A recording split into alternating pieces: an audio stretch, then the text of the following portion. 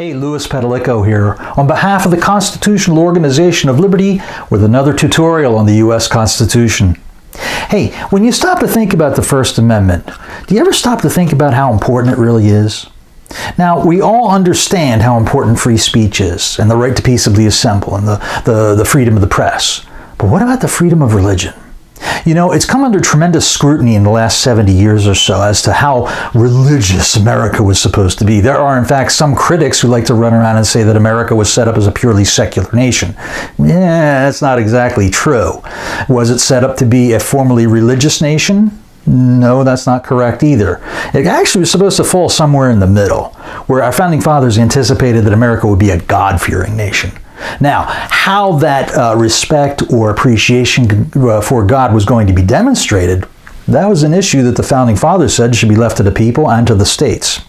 In fact, when you go back and look at the writings of the Founding Fathers, they basically argued that if any entity was responsible to have any involvement in religion, it would be the states, not the federal government. And that's why the First Amendment has a restriction on Congress. The federal government was not intended to establish an official religion. Why?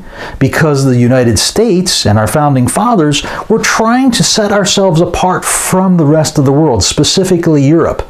Bear in mind that at the time of the founding of this country, England was an officially Anglican state, and in fact it still is officially Church of England. France, Spain, Portugal were all officially Catholic, as were some of the papal states. And some of the German states were officially Lutheran.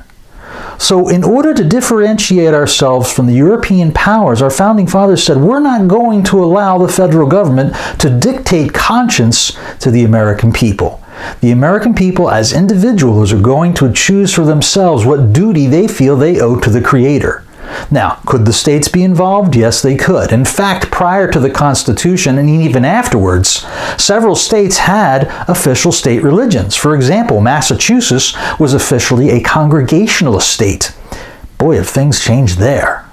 Other states like Virginia were officially Episcopalian in nature because they had a more aristocratic appearance to them. But as times have changed, the different states have abandoned any idea of an official state religion, following the federal government example of allowing people to choose what they want to worship on their own terms. Now, there's a lot more that can be discussed about the First Amendment when it comes to religion, but for the time being, take this with you. The right to free religion is an element that our Founding Fathers felt was critical to the formation of this country. For the Constitutional Organization of Liberty, this is Louis Petalico.